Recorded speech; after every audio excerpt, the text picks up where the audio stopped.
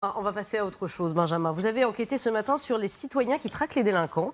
C'est très sérieux, ça se passe évidemment sur Internet. Il existe un groupe de parents, par exemple, qui cherchent les pédophiles sur les réseaux sociaux pour pouvoir les restituer à la justice. Alors, oui, tout à fait. Ça paraît assez incroyable. Peut-être peut pas faire ça. Comment ça fonctionne? Comment ils s'organisent? Ils se font appeler la Team Moore. C'est une équipe d'une vingtaine de parents qui sévissent notamment en France. Nous, avec Marine Trouchon, on a pu rencontrer la dénommée Jagger, qui couvre la zone géographique du nord de la France. Elle n'a pas voulu nous dévoiler son vrai nom, mais elle a bien voulu nous dire comment elle faisait justement pour tenter de démasquer de potentiels pédocriminels en ligne. Alors, son terrain d'action à elle, c'est Facebook. Elle crée en fait de faux comptes d'enfants pour tenter d'attirer l'attention de suspects.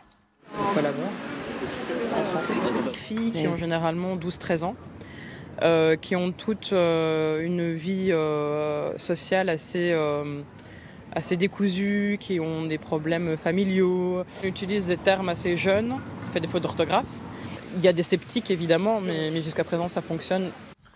Oui, quand elle dit ça fonctionne, c'est assez sidérant. Elle nous a montré le faux compte en question et les messages. Au bout de quelques heures après la création, il y avait déjà des adultes qui venaient tenter d'envoyer des messages à ce faux compte. Il y a une centaine de messages au total sur les dernières semaines, donc c'est assez sidérant. Tout cela est stocké, enregistré. Ça peut même aller plus loin, Pascal.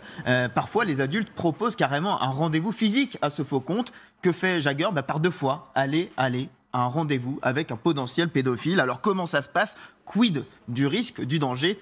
Elle raconte. Généralement, ils prennent peur, ils prennent comme excuse que leurs profils ont été piratés par d'autres personnes, que c'est pas eux. C'est risqué, mais on ne fait jamais ça seul. Il n'y a jamais un membre de l'équipe qui va intercepter un pédo seul. On est au moins deux. Il y a en plus, derrière, comme à Bordeaux, on avait 2 gardes du corps avec nous. Oui, effectivement, ils prennent des dispositions aussi. Ils prennent des dispositions. Est-ce que c'est efficace? Est-ce que ça aboutit peut-être à l'interpellation de ces pédophiles? Le groupe revendique être à l'origine de 14 interpellations, 6 en France, en transmettant les preuves, les captures d'écran à des autorités, à Europol, à des procureurs. Donc c'est pas rien, 6 en France. Elles estiment qu'il n'y a pas assez de moyens dans la police. On leur a demandé, mais attendez, est-ce que vous n'êtes pas en train de devenir des justiciers du web? Voilà ce qu'elle m'a répondu. On n'est absolument pas des justiciers. On pense que le peuple a encore son mot à dire. La police manque d'énormément de moyens. On veut forcer le débat sur la place publique autour de la pédocriminalité et de la maltraitance infantile. Alors forcément, devant ce genre de témoignages, on a voulu faire réagir les autorités. On est allé voir l'Office central pour la répression des violences aux personnes. Le directeur, lui, met clairement en garde ses citoyens.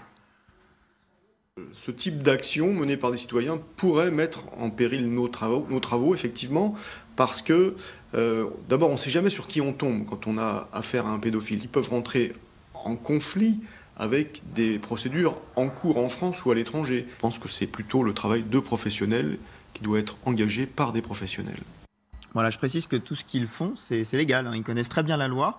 Et ils ont bien étudié ça, c'est légal et ils comptent bien continuer malgré les avertissements. Voilà, ils prêtent main forte effectivement aux policiers, mais ça peut gêner dans des enquêtes. C'est un peu compliqué comme c'est dangereux. C'est dangereux. On peut tomber face à des réseaux de pédocriminalité et on sait que voilà, c'est du grand banditisme quand même. Donc il y a un danger malgré tout. Bon, ils prennent des risques, mais c'est légal. Ils peuvent aider aussi parfois, c'est difficile. C'est très compliqué à gérer pour la police comme relation, quoi. Ouais. On comprend. Mais c'est fait effectivement dans la légalité. Mais dans la légalité. Il faut vraiment se renseigner effectivement si on veut prêter main forte effectivement aux forces de l'ordre. Merci beaucoup. 7h40.